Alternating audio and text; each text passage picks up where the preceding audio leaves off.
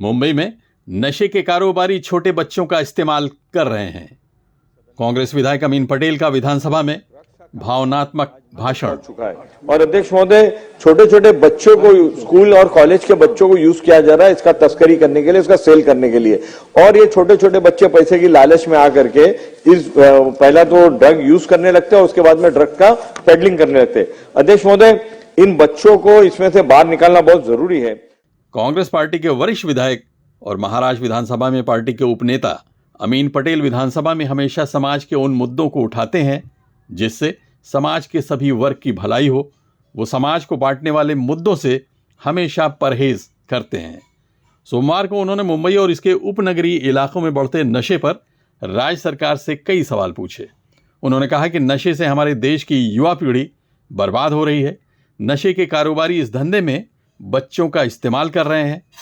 अमीन पटेल ने सरकार को सुझाव दिया कि देश में जिस तरह से आतंकवाद के कड़े कानून हैं, उसी तरह से नशे के कारोबारियों के खिलाफ भी कड़े कानून बनाने की जरूरत है। अमीन पटेल के सभी सवालों का जवाब प्रदेश के गृह राज्य मंत्री योगेश कदम ने दिया। अध्यक्ष महोदय, ये बहुत ही महत्वपूर्ण लक्ष्य वेदी सदन के सामने है।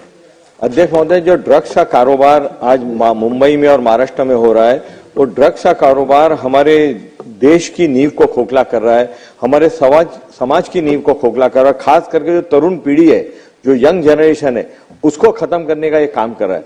अध्यक्ष महोदय, अध्यक्ष मंत्री महोदय ने अपने उत्तर में बताया है कि जो ये कालावधि उसके अंदर लगभग 3627 लोगों को गिरफ्तार किया गया है और तकरीबन 4280 करोड़ का स्टॉक को जब्त किया गया है। अध्यक्ष महोदय, ये एनडीपीएस 1985 के एक्ट के तहत सब कार्रवाई होती है। अध्यक्ष महोदय, ये ड्रग्स जो है ना, वो छोटे छोटे स्कूलों में, कॉलेज में, वहां तक पहुंच चुका है। और अध्यक्ष महोदय, छोटे छोटे बच्चों को, स्कूल और कॉलेज के बच्चों को यूज किया जा रहा है इसका तस्करी करने के लिए, इसका सेल करने के लिए। और ये छोटे छोटे बच्चे पैसे की लालच में आकर के पहला तो ड्रग यूज करने लगते हैं और उसके बाद में ड्रग का पेडलिंग करने लगते हैं। अध्यक्ष महोदय, इन बच्चों को इसमें से बाहर निकालना बहुत जरूरी है। और ये जो स्टूडेंट, खास करके हमारी बच्चे इसके अंदर जो इफेक्ट होते हैं, उसके लिए एक धोरण होना बहुत जरूरी है। अध्यक्ष महोदय, ड्रग्स दो तरह के, एक तो फार्मास्यूटिकल जो दुकान है जो उसके अंदर ड्रग मिलते हैं, और दूसरा जो है एमडीए, हीरोइन, कोकेन, चरस, गांजा, ब्राउन शुगर, इस तरह का नशा होता है। अध्यक्ष महोदय, इस ड्रग्स के अंदर जो कानून है, जिसके अंदर सजा दी जाती है, उसमें तरतूद करना, उसको चेंज करना, उसको स्ट्रिक्ट करना आज के समय की बहुत बड़ी जरूरत है। ये जो ड्रग्स के कारोबार है अध्यक्ष महोदय, वो सब नॉन वेलेबल ऑफेंस होना चाहिए और लोकल पुलिस स्टेशन की इसके अंदर अकाउंटेबिलिटी होना चाहिए। जब ड्रग्स अगर पकड़ा जाता है तो इसके अंदर लोकल पुलिस स्टेशन की अकाउंटेबिलिटी होना चाहिए। और इसके जो केसेस है अध्यक्ष महोदय, इसमें बेल मिल जाती है 2-3 महीने के अंदर। अगर 50 ग्राम के नीचे अगर ड्रग अगर पाया जाता है तो उसको बेल हो जाती है, 2-3 महीने में बेल हो जाती है। वो आदमी बेल पर आने के बाद फिर अपना ड्रग्स का कारोबार चालू कर देता है, वो पेशावर इसके अंदर बन जाता है। तो अध्यक्ष महोदय, ये जितने भी ड्रग्स के केसेस है उसको फास्ट ट्रैक में चलाना चाहिए। अध्यक्ष महोदय, मेरे स्पेसिफिक मंत्री महोदय से 4 प्रश्न है। पहला प्रश्न ये है कि ये जो केसेस है इसको फास्ट ट्रैक में चलाने की जो मुहिम है उसको ये लोग इंप्लीमेंट करेंगे कि नहीं। दूसरा जो है कि जो कानून में बदली करने की जरूरत है अध्यक्ष महोदय। तो 10 ग्राम जिसके पास पकड़ा जाता है तो उसको जल्दी बेल हो जाती है, और जो 50 ग्राम के ऊपर जो ड्रग्स अगर पकड़ा जाता है तो उसको सजा ज्यादा होती है। तो ये जो 50 ग्राम की क्वांटिटी है इसको कम किया जाएगा और उसको 11 ग्राम से 50 ग्राम के ऊपर एक ही क्वांटिटी में लाया जाएगा क्या। और तीसरा और इम्पोर्टेंट सवाल है कि इसको, क्योंकि ड्रग्स का सिंडिकेट बहुत बड़ा हो चुका है और ये देश, सर, जिस तरह से टेररिज्म होता है, आतंकवाद होता है, उस तरह के ड्रग का काम है। इनको टेररिज्म और ड्रग के कारोबार को एक जैसा देखना चाहिए और इसको ऑर्गेनाइज क्राइम बोल के इस ड्रग्स की डीलिंग को जो है उसको नोटिफिकेशन करना चाहिए। अध्यक्ष महोदय, और आखिरी मेरा सवाल यह है कि ड्रग्स के अंदर जो बच्चे आ जाते हैं वो बाहर निकलना चाहते हैं और उसके रिहैब सेंटर बहुत महंगे हैं, तो क्या गवर्नमेंट मुंबई के अंदर 2 रिहैब सेंटर बनाने का कोई योजना लागू करेगी क्या? मंत्री महोदय। अध्यक्ष महोदय, लक्षवेधी अतिशय महत्वाची आहे। सन्माननीय सदस्य अमीनभाई पटेल यांनी ही लक्षवेधी विचारत असताना काही ठराविक प्रश्न विचारलेले आहेत, परंतु तत्पूर्वी मी सभागृहाला माहिती देऊ इच्छितो की आमच्या सरकारची भूमिका ड्रग्सच्या बाबतीमध्ये 0 टॉलरन्स पॉलिसी आमची आहे। माननीय मुख्यमंत्री महोदयांनी देखील या बाबतीमध्ये सभागृहामध्येच याच अधिवेशनामध्ये घोषणा देखील केलेली आहे की झिरो टॉलरन्स पॉलिसी म्हणजे फक्त अटक करणे किंवा कारवाई करणे असे नाही. हे ड्रग्सचं रॅकेट नक्कीच एक चिंतेची बाब आहे.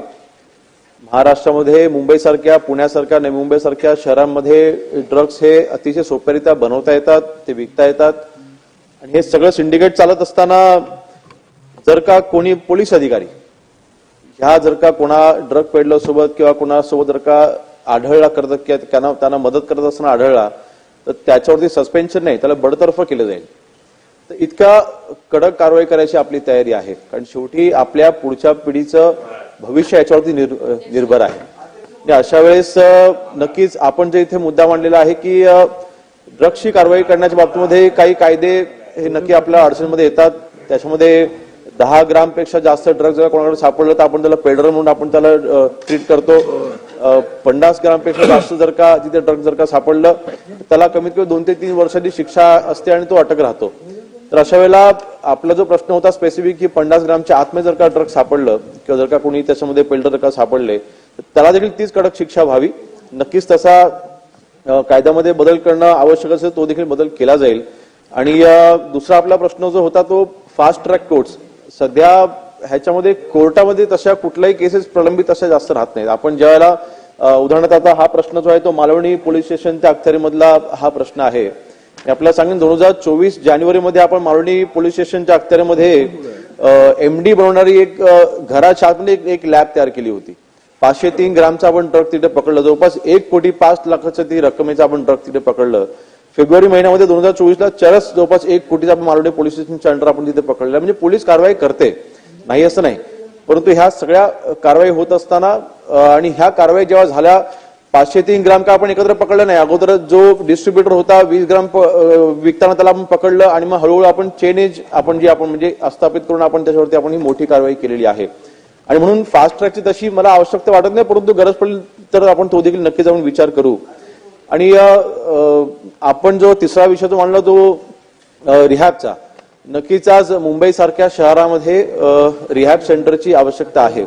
सध्या आपण जे डी अडिक्शन सेंटर्स जे आपल्या मुंबई महानगरपालिकेचे जे आपले स्थळ आहेत त्याच्यामध्ये आपण डी अडिक्शन सेंटर आपले आहेत, तिथे आपण पेशंटना घेऊन जातो, त्यांचे ट्रीटमेंट तिकडे होते. परंतु रिहॅब सेंटर्सची नक्कीच आवश्यकता आहे. परंतु रिहॅब सेंटर्स काही मला वाटतं 2 दिवसापूर्वी लक्षवेधीला उत्तर देत असताना मी म्हटलं होतं की रिहॅब सेंटर्स उभे करत असताना ते गृह विभागाकडनं नाही तर समाज कल्याण विभागाच्याकडनं ते उभे राहणं आवश्यकता आहे. आणि नक्कीच आज या लक्षवेधीच्या मार्फत मी आश्वासित करू इच्छितो की पुढच्या काही कालावधीमध्ये म्हणजे लवकरच मुंबईमध्ये किंवा पुणे असेल किंवा नवी मुंबई अशा मोठ्या शहरांमध्ये रिहॅब सेंटर उभं राहण्यासाठी शासन तिथे त्वरित कारवाई करेल. गृह राज्य मंत्री योगेश कदम जी ने जिस तरह से विधानसभा में इस मामले में जीरो टॉलरेंस की बात की है, अब देखना है कि इसका कितना असर मुंबई की उन बस्तियों पर पड़ता है जहां के लोग नशेड़ियों और उनके द्वारा किए जा रहे अपराध से बहुत परेशान हैं. Abid Naqvi, press 9 news, Mumbai.